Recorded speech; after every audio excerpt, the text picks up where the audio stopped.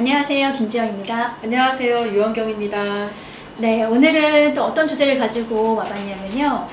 저도 사실 이 주제가 되게 고민될 때가 있어요. 어떤 주제냐면 엄마가 혹은 아빠가 아이에게 공부를 가르쳐주는 행위 네. 해도 될까요? 라는 질문입니다. 이게 되게 하고 싶죠? 그쵸. 네, 막 하고 싶은 마음이 굴뚝같이 올라올 때가 많은데 현경 선생님은 네, yes, no 어느 쪽이신가요? 저는 보통이면 노예요. 일반적인 부모님들이라면 부모님들인 경우에, 왜냐하면 내가 아이를 가르치다 보면 나의 사심과 이게 엄청 올라오죠, 이게. 그렇죠. 네. 그래서 저는 또 감당할 수 있는 부분이 있고 또 내가 너무 어려운데 그걸 스트레스 받아가면서까지 하다 보면 아이와 관계 문제가 안 좋아질 수 있거든요. 맞습니다. 네, 그래서 저는 일단은 노인데 네. 그러나 예스가 된다면 네. 엄마가 정말 참을성도 기르시고 네. 또 코칭 능력도 네, 좀 약간 배운 상태에서 네. 네, 그또 연습을 하신 상태에서 한다면 네. 그때는 예스입니다. 그렇군요. 네. 저도 그냥 예스, 노를 고르라면 저도 노인 것 같아요. 네.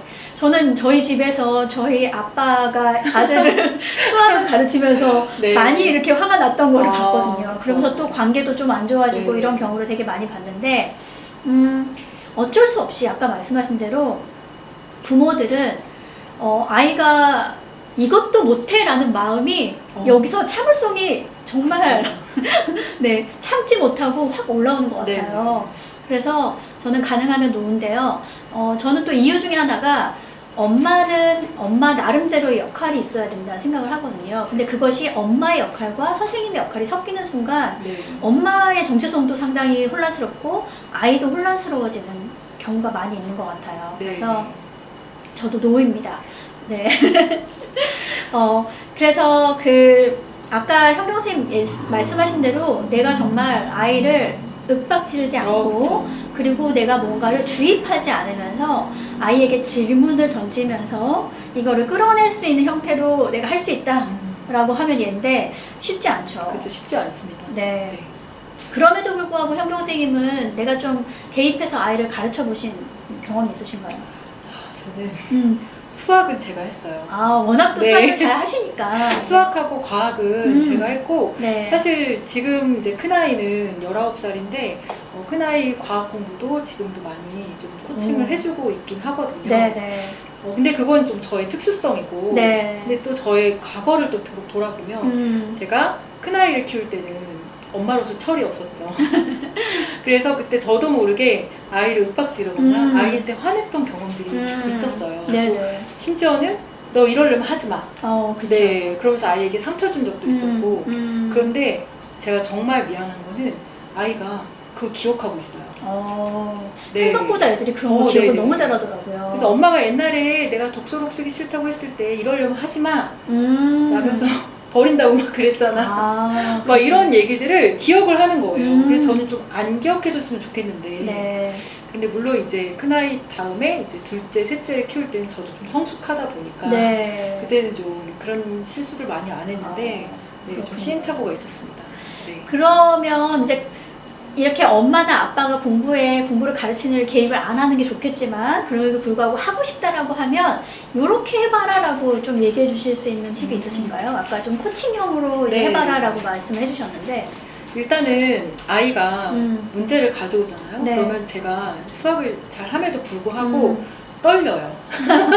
떨리죠. 요즘 수학 문제가 얼마나 어려워요. 내가 혹시 아이 앞에서 못 풀까봐 이런 떨리는 게 조금 있거든요. 그래서 마음이 급해져가지고 봐봐 하면서 그냥 막 제가 풀어버리는 경우도 있어요. 근데 그거는 아이한테 전혀 도움이 되지 않아요. 그래서 그럴 때 떨리는 마음을 좀 가라앉히시고 아이한테 한번 천천히 물어봐 주시는 거예요. 이 부분 하나하나를 질문을 해가면서 이 부분은 어떻게 생각해? 근데 너는 어떻게 생각했어? 이렇게 질문식으로 아이가 스스로 생각해서 답을 찾아갈 수 있도록.